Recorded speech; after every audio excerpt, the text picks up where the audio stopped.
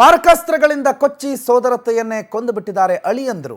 ಕಲಬುರಗಿ ಜಿಲ್ಲೆ ಅಫಜಲ್ಪುರ ತಾಲೂಕಿನ ಬಂದ್ರವಾಡ ಗ್ರಾಮದಲ್ಲಿ ನಡೆದಿರುವ ಘಟನೆ ಇದು. ಮನೆ ಕಟ್ಟೋ ವಿಚಾರಕ್ಕೇನೋ ಇವರ ನಡುವೆ ವೈಮನಸ್ಸಂತೆ ಗಲಾಟೆ ಅಂತೆ. ಅದೇ ಕಾರಣಕ್ಕೆ ಸೋದರತೆಯನ್ನೇ ಕೊಂದು ಹಾಕಿದ್ದಾರೆ, ಕೊಚ್ಚಿ ಕೊಂದಿದ್ದಾರೆ ಅಳಿಯಂದ್ರು.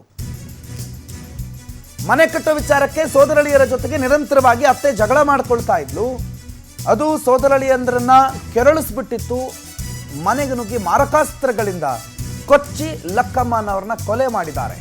35 ವರ್ಷ ಪ್ರಾಯದ ಸಂತೋಷ್, 25 ವರ್ಷ ಪ್ರಾಯದ ಮಂಜುನಾಥ್ ಇಬ್ಬರು ಕೊಲೆ ಮಾಡಿರುವ ಆರೋಪಿಗಳು.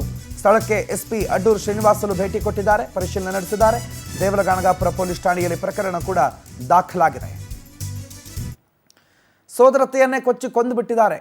ಏನೋ ಮನೆ ಕಟ್ಟೋ ವಿಚಾರಕ್ಕೆ ಆಗ್ತಾ ಇದ್ದಂಥ ಜಗಳ, ಪದೇ ಅವ್ರದ್ದೇನೋ ಜಗಳ ಆಗ್ತಾ ಇತ್ತು ಅನ್ನೋ ಕಾರಣಕ್ಕೆ ಏಕೈಕೆ ಮನೆಗೆ ನುಗ್ಗಿದ್ರು. ಮಾರಕಾಸ್ತ್ರಗಳಿಂದ ಕೊಚ್ಚಿ ಕೊಂದು ಅಲ್ಲಿಂದ ಎಸ್ಕೇಪ್ ಆಗಿದ್ರು. ಇಬ್ಬರನ್ನ ಗುರುತಿಸಲಾಗಿದೆ ಆರೋಪಿಗಳು ಅಂತ. ಒಬ್ಬರು 35 ವರ್ಷ ಪ್ರಾಯದವನು, ಒಬ್ಬ 25 ವರ್ಷ ಪ್ರಾಯದವನು.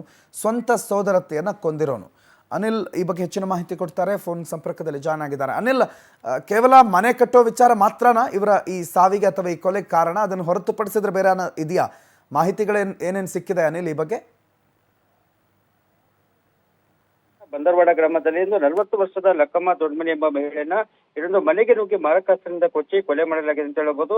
ಮನೆ ಕಟ್ಟುವ ವಿಚಾರಕ್ಕೆ ಸಂಬಂಧಿಸಿದಂತೆ ಏನೊಂದು ಕೊಲೆಯಾದ ಲಕ್ಕಮ್ಮ ಮತ್ತು ಆತರ ಆಕೆಯ ಸೋದರಳಿಯಂದಿರಿದ್ದಾರೆ. ಅವರು ಇಬ್ಬರ ಮಧ್ಯೆ ಕಳೆದ ಅನೇಕ ವರ್ಷಗಳಿಂದ ಜಗಳ ನಡೆದಿತ್ತು.